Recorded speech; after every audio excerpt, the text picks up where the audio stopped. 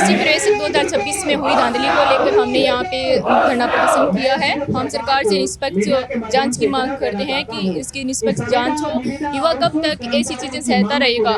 ये मतलब agriculture supervisor की जो वैकेंसी है 2018 की ले लो या फिर 2021 की हो या फिर ये 2026 की हो, यहाँ पे बड़े बड़े लेवल के घोटाले उजागर होते हैं और उजागर होते हैं 6 या 7 साल बाद में। उसके बाद में हम क्या करेंगे? अगर इसकी जांच होनी है तो अभी कराओ, है ना।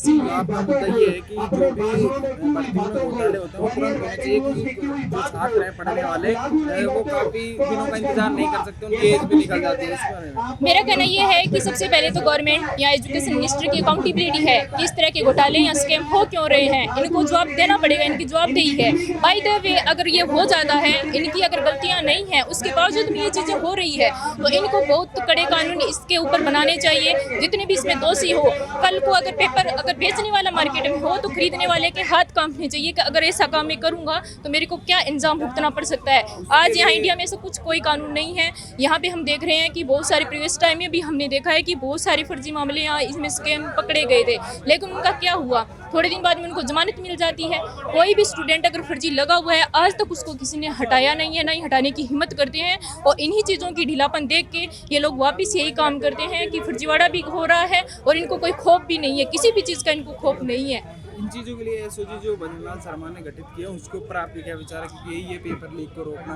और जितने भी घोटाले हैं उसके लिए अलग से एसओजी गठित कर दी गई है जो तुरंत इन मामलों में जितने भी अपराधी हैं उनको पकड़ रही है। सर एसओजी इस जैसे स्पेशल ऑपरेशन ग्रुप है, जैसे विक्की सिंह का नाम बहुत चर्चित भी रहा है एसआई वैकेंसी को देख के, और बहुत सारे जैसे स्कैम या बहुत सारे जो इन चीज़ों के जो दलाल बैठे हैं उनको पकड़ने का उन्होंने काम किया है। लेकिन हमने एसओजी को भी ज्ञापन दिया है, अभी तक एसओजी की तरफ से कोई कार्रवाई स्टार्ट हुई नहीं है।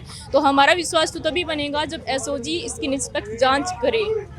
जो आपके एग्रीकल्चर के हैं उनमें बिल्कुल जो आपने एसओजी को बोल दिया वहाँ भी आपकी जांच की पूरी नहीं हो रही है। तो अब जो ये सरकार है, क्योंकि जो पेपर लीक का मामला है उनमें कितनी भी कहीं भी बातें करें तो सरकार की बातें आती है कि कांग्रेस की सरकार, बीजेपी की सरकार, और दूसरी तरफ भजनलाल सरकार भी दावे करते हैं कि हमने बिल्कुल पेपर लीक रोक दी। उनके ऊपर आपके क्या विचार है? सर जैसे RSSB बोर्ड के अध्यक्ष है आलोक राज जी, वो हर चीज़ में जैसे ये बोलते हैं कि हमने जब भी पेपर में एंट्रिंग करनी है तो हमारे जैसे कोई तुलसी की माला वो भी कटवा देते हैं, 2-2 बार चश्मा चेक कर लेते हैं, लेकिन हमारी आंखों के ऊपर पट्टियां बांध रखी है। जितने भी प्रीवियस टाइम की किसी भी वैकेंसी को ले लो, फर्जीवाड़ा जरूर हुआ है। यहाँ के राजस्थानी के युवाओं के ऊपर आंखों के पट्टी बांध दी गई है कि रोज रोज यहाँ पे सफाई दे देते हैं ट्विटर के ऊपर, लेकिन यहाँ पे आके जैसे जांच का अगर कोई विषय है, हम उनके पास भी ज्ञापन लेके गए थे तो उनको जांच करवानी थी उस मुद्दे पर, कोई ट्वीट उन्होंने नहीं किया है। उसको लेके भी उनकी अकाउंटेबिलिटी है कि ऐसा क्यों हो रहा है। ऊपर से क्वेश्चन डिलीट हो रहे हैं बहुत ज़्यादा, तो वो भी इनको बोर्ड को बताना पड़ेगा कि ऐसा क्यों हो रहा है। क्या उनके बोर्ड के सदस्य के बाद में इतना कोई स्पेसिफिक उनके पास स्टाफ है नहीं क्या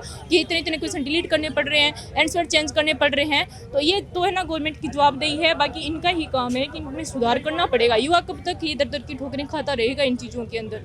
आपका नाम क्या है? अनीता झिंपा। भैया आप अब ये धरना प्रदर्शन के लिए है और ये पेपर लीक के जितने भी मुद्दे उन्हीं में आपका एक मुद्दा है कि एग्रीकल्चर वालों का सुनवाई नहीं हो रही है, तो उनके ऊपर आपके क्या विचार है? देखो, जो भी ये एग्रीकल्चर सुपरवाइज़र का जो कथित अनियमितता हुई है इसमें, ये तो है कि हमारा मुद्दा है कि एसओजी एसआईटी इसमें जांच करें, डायरेक्ट इन्वॉल्वमेंट हो उनका।